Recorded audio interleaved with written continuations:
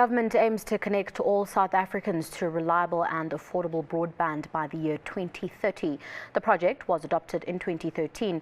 Deputy Telecommunications Minister Professor Hlengiwe Mkhize has traversed the country to oversee the rollout of broadband connectivity in remote areas. She joins us in our studios to talk more about this. Thank you very much for joining us, dear. Thank you for having me. Now, let's speak about this rollout that you're doing specifically in rural areas. Is that going to be the focus until 2030?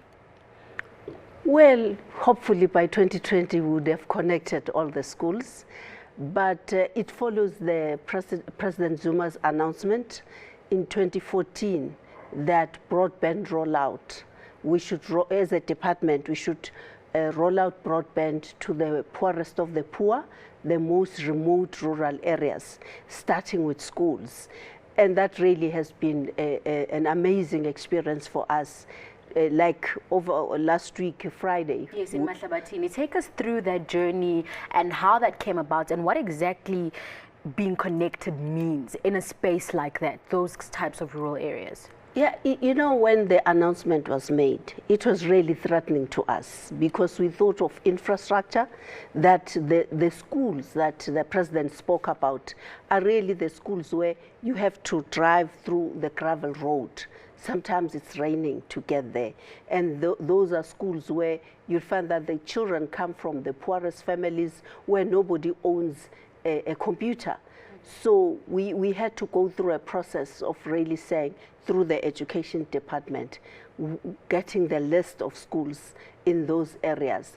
And so this Matole High School for us is one of those. Because it's recent, it's important to talk about. I think for us it was really the first one in that part of Mahlabatini. We've been to Lundi, which is semi-urban, but there you know it's about 45 minutes gravel. And when we go there, what touched us the most is the number of children who still walk for long distances on foot with no shoes, and hence the company which was accompanying us, MTN, when they heard the story of the school which was connected by Vodacom and we were going to open that school lab, they said, no, we'll accompany you, we'll make sure that those children get bicycles and we give them shoes. So besides the computer, and we had to look at the total child so as to ensure that we get the impact that we're looking for.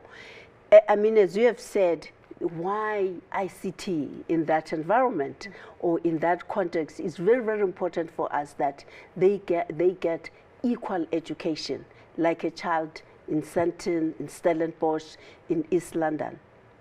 And I want to go back to what you just said now, mentioning MTN and Vodacom. How important is the private sector participation in programs such as these, and also, you know, assisting the department with the program of rolling out broadband?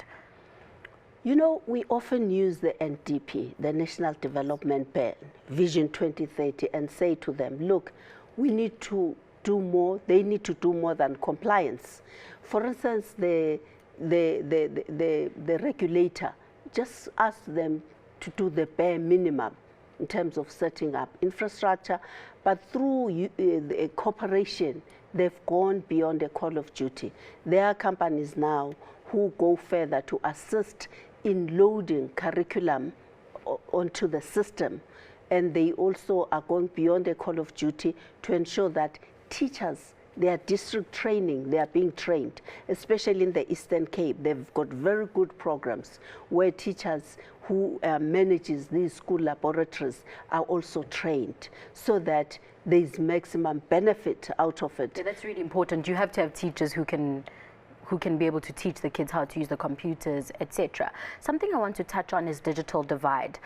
And I'll use Mahlabatini as an example because you were there handing over the computer lab.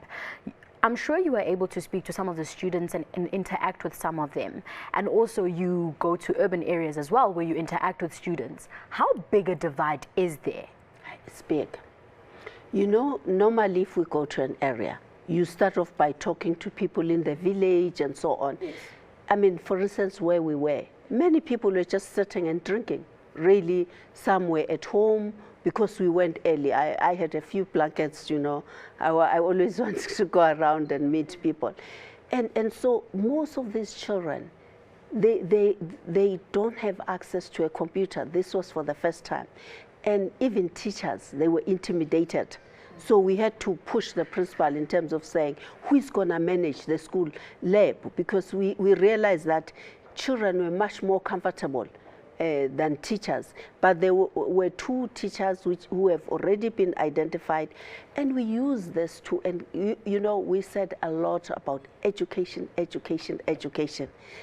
And said, being connected, you can be connected, but if you don't focus on achieving high educational goals, you might end up being attracted to other sites which have nothing to do with your educational outcomes. And in that way, so there'll be no benefit for you. We encourage them about careers they've never thought of, computer science, you know, and we really expose them a little bit to the courage of June 16 to say they were poor like you, but because they were determined and prepared to achieve, you will get there. You have more reasons to be determined than children in urban areas who almost have access to everything. There were no Wi-Fi hotspots there, so whatever we have in that school laboratory is the only thing. Let's look at education, because it's something that you touch on extensively, and I mean, most of the time when I speak to you, you're very passionate about education, which makes a lot of sense in terms of the work that you do. What about a real partnership between the Department of Education and the Department of Telecommunications and Postal Services in getting these labs in these schools, but at lower level? I mean, if we look at some of the schools, I'll use an example of a school I went to. We started computer like in grade 1, for example. So from at that level, you're already being taught. There's a computer lab, you're already being taught. Why is it not starting at that level, or is it a process that we are getting to? I think in this country, we have a problem of not having these end user gadgets in an affordable manner. Remember, we don't produce them. Yes. Each and every gadget you see, it's either America imported, or Korea or China or India, you name it. So you end up starting them when you say at least by the time they leave high schools.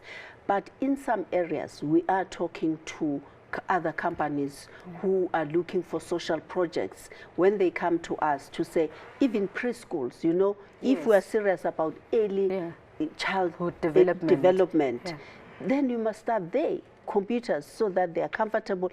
What is good, what I've realized is that young people generally are made for this. They are the generation for technology.